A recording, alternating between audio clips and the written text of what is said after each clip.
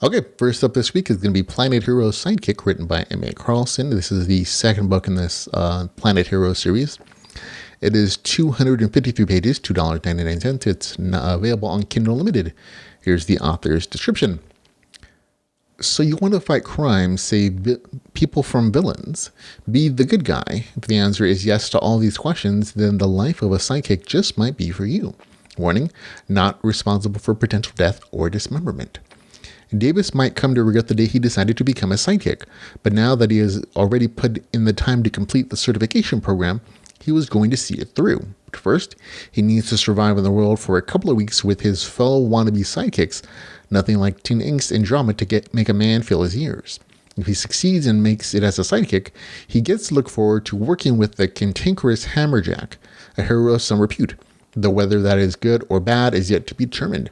The time has come for Davis to embrace his new life and take his place on Planet Hero as a lowly sidekick. So there we go. Full disclosure, I received advanced copy for review. I purchased a copy when it became available. This is the second entry into the superhero LitRPG series, and the beginning, half at least, seems to really draw from a popular animated superhero academy series, and with the main character being kind of dropped in this group of teen psychic potentials, and they all go on this like test and training session, and it very much is like Hero Academy, and I think the author did a little bit too good of a job in describing the teens, because they're all super annoying as heck, as teenagers are. So for me, that portion where a full-on grown adult is with these teenagers doing these training missions and doing this sidekick test, the sidekick qualification test, was annoying, because I'm like, you're a grown man. I feel like there's an alternative way for you to become a sidekick besides going through the teenage recruitment test. But it's there as setup for things that happen in the second part of the book. So I understand why it exists. I definitely I understand the vibe of pulling from My Hero Academy. But the second half of the story is much better because those teens don't really exist for it.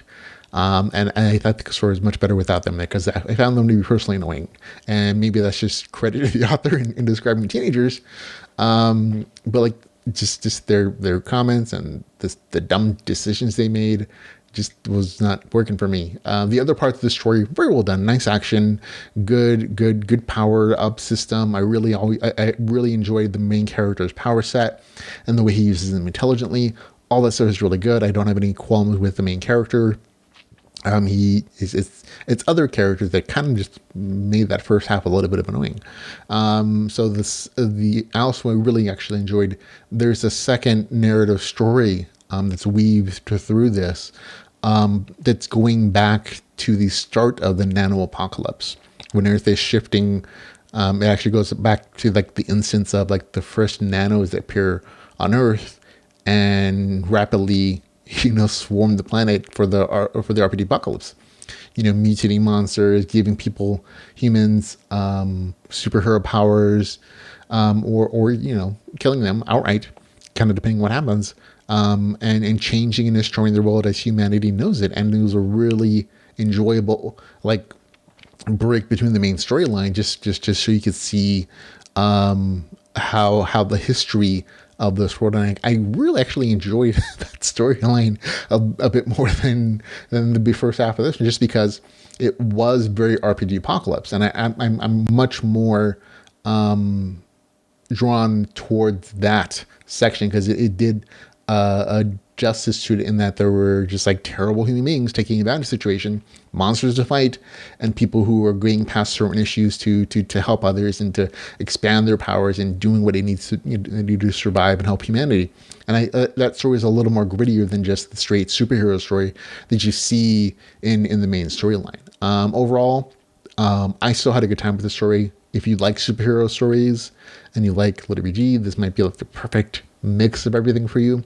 The story loses a little bit for me, just because I just plain disliked some of the early teen characters in the first half of the story.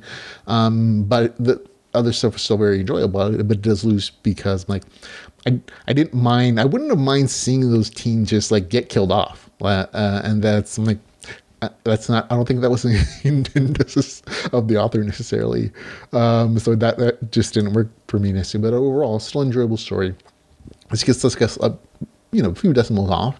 Gets a score of 7.5 out of 10. 7.5 is just dead center in the middle of like, oh, this is good. It's not doing anything super amazing, not doing something too terrible. Just 7.5 is dead center, mid good. This one is at 7.4, just because like, okay, there are things in it that were just like slightly annoying, but it didn't wasn't unenjoyable enough that it drops any more than that. So for other people who didn't dislike the teen characters, probably super fine. But for me, it gets a score of 7.4 out of 10. That's Planet Hero Sidekick. And I still enjoyed it.